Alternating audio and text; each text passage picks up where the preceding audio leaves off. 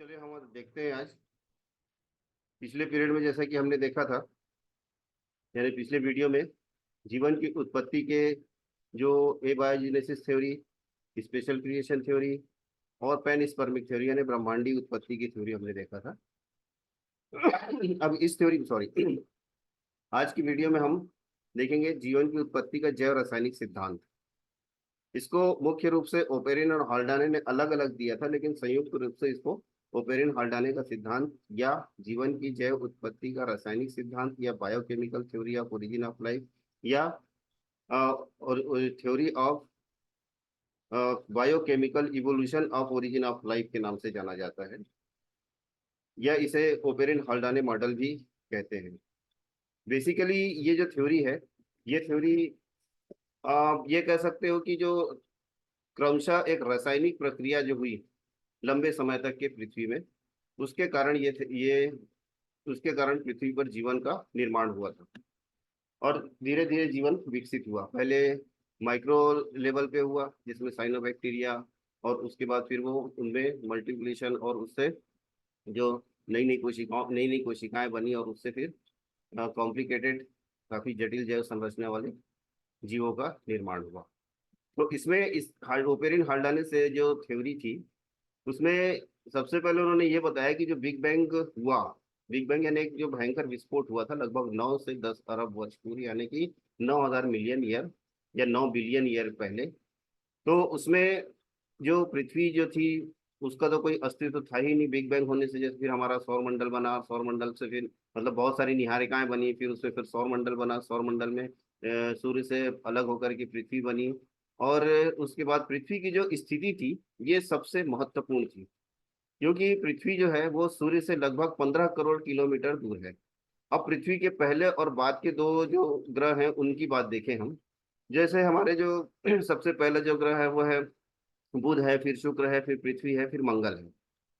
तो इनकी जो दूरी है, बुध और शुक्र में जो बुध और शुक्र पृथ्वी से पहले होने के कारण और सूर्य से ज्यादा नजदीक होने के कारण वहां का जो सतह का तापमान बहुत अधिक होता है।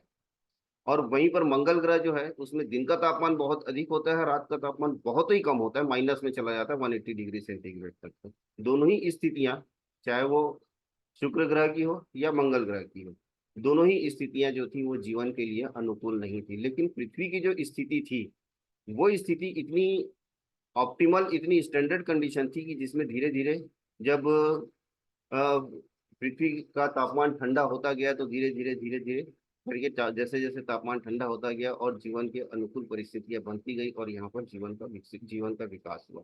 तो इसमें ये कहना सबसे पहले इम्पोर्टेंट ये होगा कि जो पृथ्वी में प्रारंभ में जो यहाँ का वायुमंडल था वो अपचायक वायुमंडल था, जिसमें ऑक्सीजन बिल्कुल या तो नहीं, बहुत कम मात्रा में थी या बिल्कुल नहीं थी। ऑक्सीजन तो थी, वो ऑक्सीजन जो थी वो कंपाउंड के रूप में थी, जैसे कार्बन डाइऑक्साइड या जल वाष्प इस रूप में थी। इसके अतिरिक्त अन्य जो गैसेस थी, अमोनिया थी, मीथेन थी, ये गैसें थे। और पृथ्वी जो है वो वास्तव में गैस के गोले के रूप में थी, न कि ठोस थी। यहाँ पर थोड़ा मैं आपको यहाँ पर स्थिति बता दूं। जो प्रारंभिक स्थिति थी उस स्थिति में, पहले हम प्रारंभिक स्थिति पे आते हैं कि लगभग 3.8 अरब वर्ष यानी लगभग 4 अरब वर्ष यानी 4 बिलियन ईयर, उससे पहले का हमारे पास कोई रिकॉर्ड नहीं मिलता। जो उस समय का जो युग था वही हेडियन युग कहा जाता है। तो उस समय का जो था, उस समय यहाँ पर लेट हैवी बम्बार्डमेंट हो के नाम से जाना जाता है, क्योंकि उस समय पृथ्वी पर लगातार बाहरी जो सेलेस्टियल बॉडीज थी, जो अंतरिक्षी पिंड थे जैसे मीटियोराइट, एस्टेरॉइड वगैरह जो थे, उनका पिंड लगातार पृथ्वी पर पृथ्वी से टकरा रहे थे। और पृथ्वी पे सूर्य विकिरण बहुत अधिक था। तो ये जो स्थिति थी, इस स्थिति में यहाँ पर जीवन बिल्कुल संभव नहीं था। लेकिन बाद में धीरे धीरे जो संभव हुआ वो हम देखेंगे आगे कि कैसे हुआ। कि इस समय जो उस समय जो स्थिति थी उसमें अकार्बनिक संरचना थी। और वर्तमान में जो समुद्र का जो, हम ये अगर ये कहें कि जो वर्तमान में जो समुद्री समुद्री जल जो होता है उसका कंपोजिशन और जो प्रारंभिक जो समुद्र बना उसका कंपोजिशन बहुत अलग था एक दूसरे से। उस समय पोटेशियम फॉस्फेट और जो ट्रांजिशनल जो धातुएं होती हैं, निकिल कोबाल्ट आयरन वगैरह, ये बहुत अधिक मात्रा में थी। अनाक्सी वातावरण था और कार्बन डाइऑक्साइड बहुत अधिक मात्रा में थी, जैसा कि आज की डेट में हम मंगल ग्रह को देखते हैं। और उस समय जब ये पृथ्वी जिस समय बन रही थी, उस समय पृथ्वी का जो तापमान था ये 1000 डिग्री सेंटीग्रेड से अधिक था। फिर धीरे धीरे कम होते होते होते होते 300 डिग्री सेंटीग्रेड तक तापमान आ गया था। और इसमें 10 मिलियन यानी 1 करोड़ साल लगभग लग गए। और उसी समय यहाँ पर कुछ आदिम हिट्रोट्रॉफ, 100 किलोबेस के जीनोम, साइनोबैक्टीरिया, ये सब का विकास हुआ। और इन सब के विकास में लगभग 7 मिलियन यानी 70 लाख साल लग गए। अब हम आते हैं वास्तव में ये सिद्धांत था क्या। तो इस सिद्धांत में मुख्य रूप से जो अलेक्जेंडर इवानोविच ओपेरिन, एक रशियन साइंटिस्ट थे, और हाल्डाने, इन दोनों ने, जेबीएच हाल्डाने, इन दोनों ने ये अलग अलग दिया था। और लगभग 1920 के आसपास हाल्डाने ने दिया था और 1933 के आसपास अलेक्जेंडर ओपेरिन ने दिया था। तो इन्होंने ये बताया था, हाल्डाने ने उस समय की जो आदि महासागर और प्रारंभिक जो पृथ्वी की जो स्थिति थी उस समय उसने उसको का नाम दिया था हॉट डाइल्यूट सूप। ये जो हॉट डाइल्यूट सूप था, इस हॉट डाइल्यूट सूप में उबलती हुई पृथ्वी थी। पृथ्वी के चारों तरफ उसका जो वायुमंडल था, उस पूरे वायुमंडल में गैसेस थी और जल वाष्प था। क्योंकि उस समय तापमान अधिक था और गैसेस और जलवाष्प जो थी वो बहुत विरल थी उस समय, तो उस समय अल्ट्रावायलेट बम्बार्डिंग बहुत ज्यादा थी, अल्ट्रावायलेट कॉस्मिक रेज की। और आपको मालूम होगा कि ये जो रेसेस होती हैं इनमें, ये जो रेज होती हैं इनमें ऊर्जा बहुत अधिक मात्रा में होती है। तो इसके विकिरण के कारण पृथ्वी का जो तापमान था बहुत अधिक बढ़ा हुआ था। लेकिन जैसे जैसे जलवाष्प की मात्रा बढ़ती गई, पृथ्वी के चारों तरफ जलवाष्प होता गया, तो यहाँ पर विकिरण जो था वो कम होता गया, जिससे पृथ्वी का तापमान धीरे धीरे धीरे धीरे धीरे कम होते होते होते 300 डिग्री सेंटीग्रेड, उसके बाद 300 डिग्री सेंटीग्रेड से और नीचे आकर के लगभग 100 डिग्री सेंटीग्रेड पे आ गया। अब 100 डिग्री सेंटीग्रेड पे आपको मालूम है कि जो जल है वो 100 डिग्री सेंटीग्रेड पे पानी उबलता है। यानी कि उस समय पानी जो था, जल जो था, वो एक ये कह सकते हो वाष्प के रूप में था, संघनित लिक्विड फॉर्म में नहीं था। तो इस समय जो लिक्विड फॉर्म में जो जल नहीं था, संघनित वाष्प में था, और उसके साथ साथ वहां पर कार्बन डाइऑक्साइड थी, मीथेन थी, अमोनिया थी। अब ये गैसेस और जल वाष्प के साथ में वहां जो वातावरण बना, उस वातावरण में विकिरण की मात्रा कम होती गई और उसके कारण टेम्परेचर धीरे धीरे कम हो गया। अब ये जो टेम्परेचर था ये लगभग 70 डिग्री सेंटीग्रेड पे जब पहुंचा, ये एक बड़ी महत्वपूर्ण स्थिति थी। 70 डिग्री सेंटीग्रेड पे पानी संघनित होकर के उबलता हुआ संघनित जल लिक्विड फॉर्म में पृथ्वी की सतह पर सबसे पहले आया।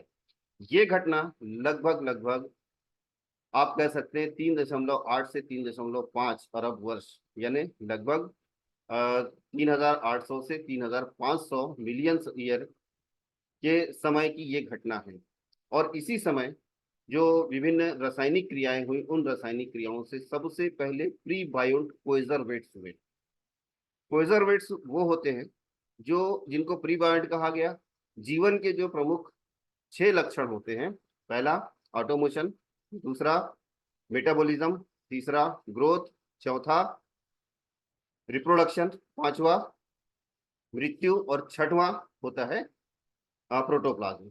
ये जो 6 लक्षण यदि किसी वस्तु में पाए जा रहे हैं, मैं यहाँ पर वस्तु कह रहा हूँ, ध्यान दीजिए, अगर ये 6 लक्षण किसी वस्तु में पाए जा रहे हैं तो वह जीवित कहलाएगी। प्रोटोप्लाज्म नहीं है, ये 5 लक्षण पाए जा रहे हैं, तो वो जीवित नहीं होगी। क्यों? क्योंकि प्रोटोप्लाज्म नहीं है इसमें।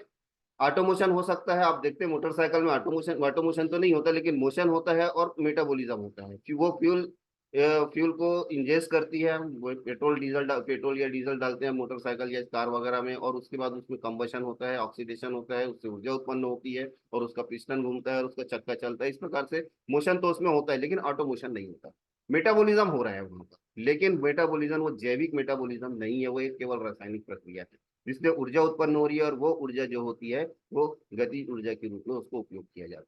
तो यहाँ पर हम मोटरसाइकिल को हम जीवित नहीं कह सकते, है ना। मोटरसाइकिल या कार या जो भी हम मोशन करने वाली चीज, उसको हम जीवित नहीं कह सकते। तो यहाँ पर ये 6 लक्षण सब में होना चाहिए, क्योंकि जिसमें ये 6 लक्षण नहीं होगा उसमें उसमें जीवन नहीं होगा। जैसे कि आप ये कह सकते हो कि ये टेबल है, टेबल जो है वो उसको आप निर्जीव कहोगे, लेकिन मैं इसको निर्जीव नहीं कहूंगा। क्यों? क्योंकि उसमें प्रोटोप्लाज्म उपस्थित है, उपलब्ध है प्रोटोप्लाज्म, लेकिन वो प्रोटोप्लाज्म कार्य रूप में जो बाकी के जो 5 लक्षण है, यानी ऑटोमोशन, मेटाबॉलिज्म, ग्रोथ, रिप्रोडक्शन और डेथ, ये चीजें उसके भीतर नहीं है, इसलिए वो सजीव नहीं है। लेकिन वो निर्जीव भी नहीं है। क्यों? क्योंकि वो 5वीं अवस्था जो है डेथ, उसको प्राप्त कर चुका है। प्रोटोप्लाज्म था, वो प्रोटोप्लाज्म सक्रिय था, फंक्शनल था, उसमें ये पांचों लक्षण, चारों लक्षण, ऊपर के जो चारों लक्षण है वो पाए जा रहे थे।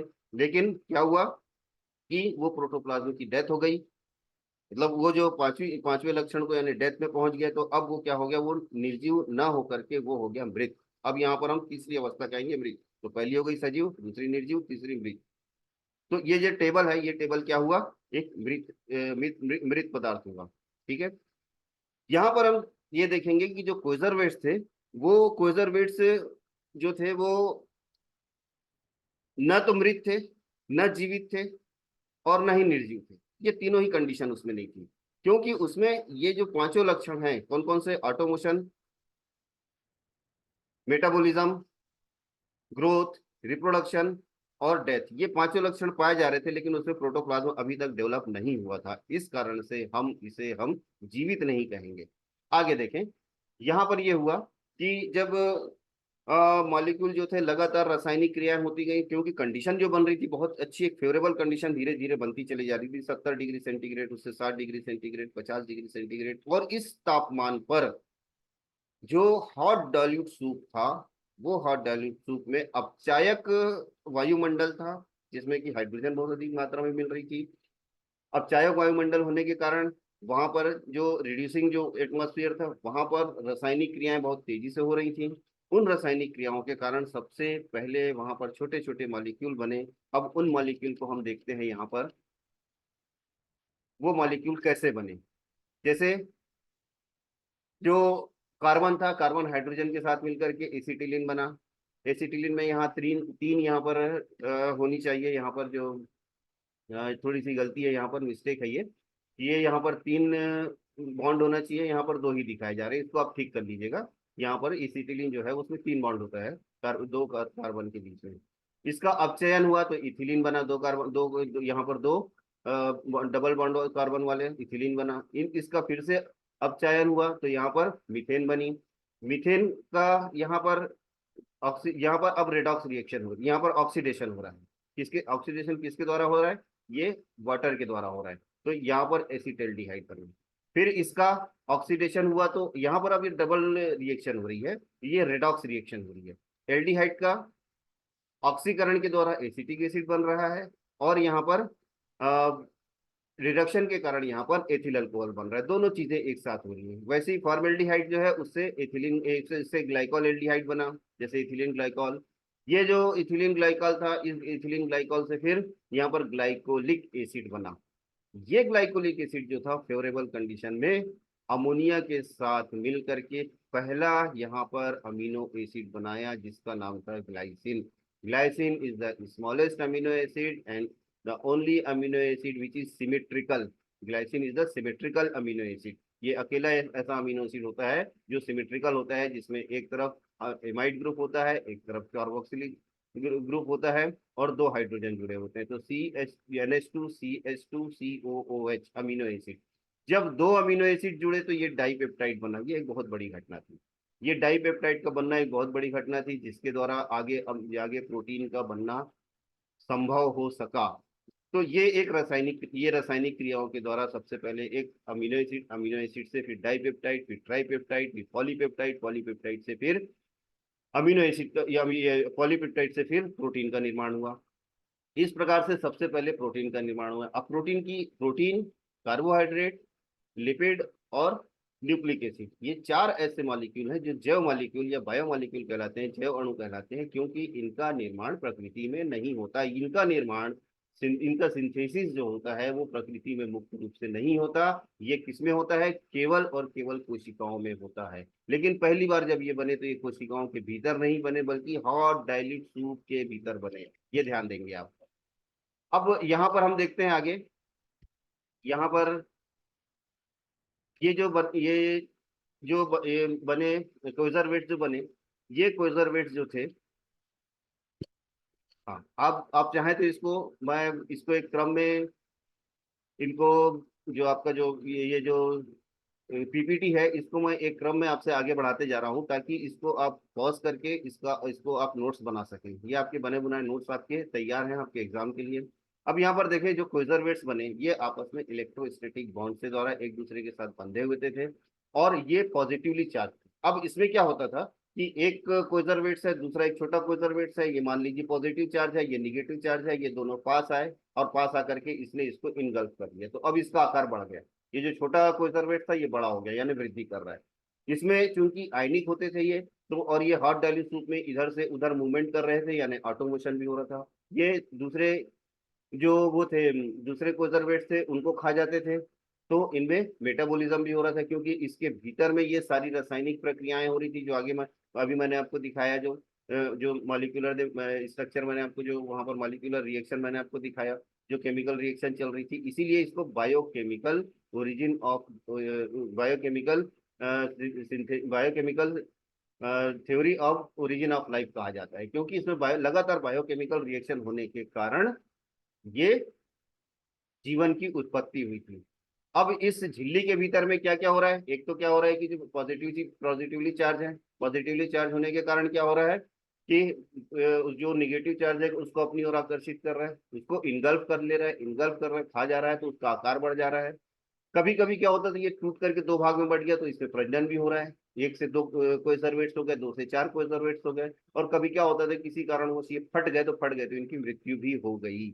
इस प्रकार से इसमें क्या, ये जो थे कोइजरवेट्स जो थे, इनमें इस प्रकार से क्या हुआ कि जीवन के ये सभी लक्षण इसमें हमको दिखाई दे रहे थे, लेकिन इसके बावजूद ये सजीव नहीं थे। क्यों?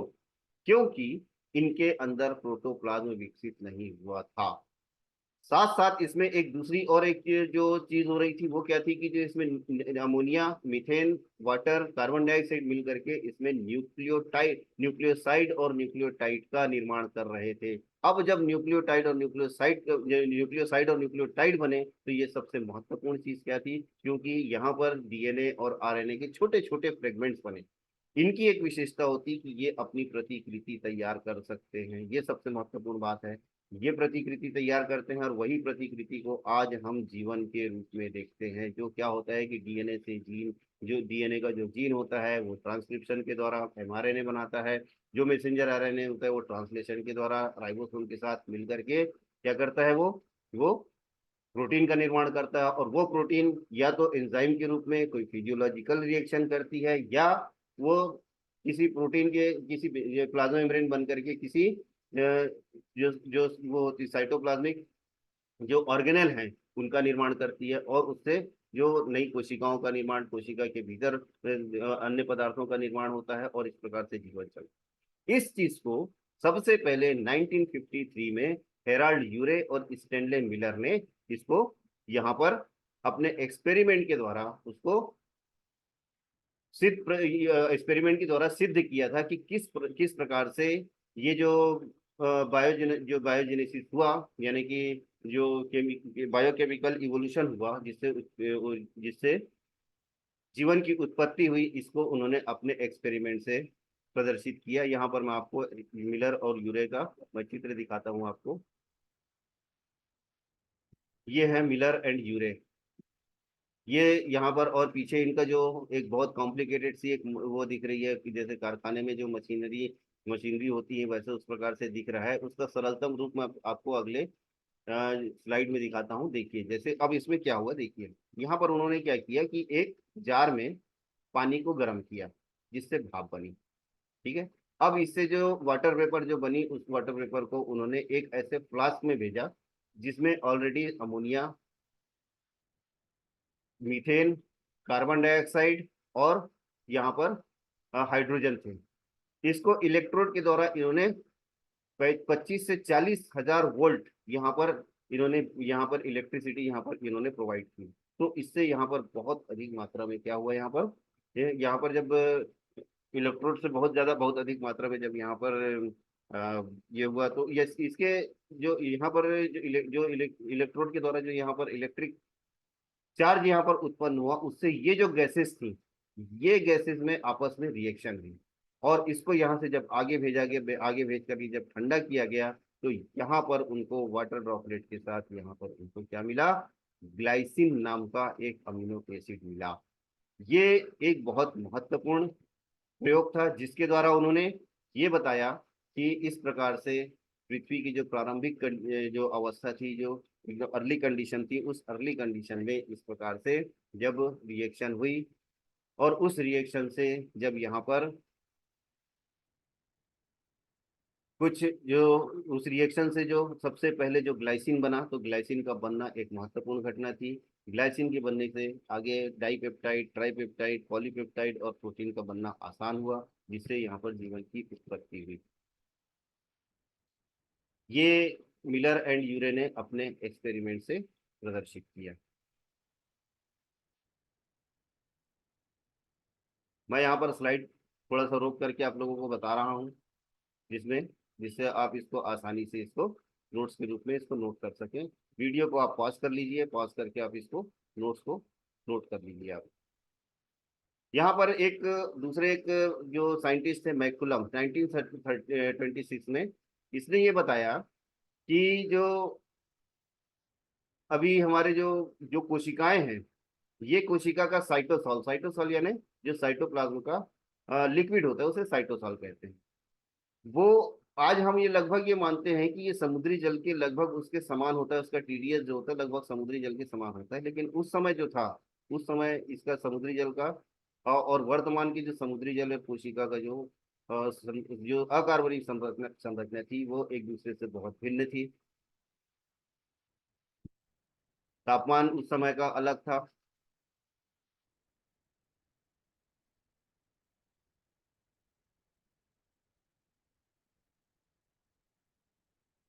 Miller and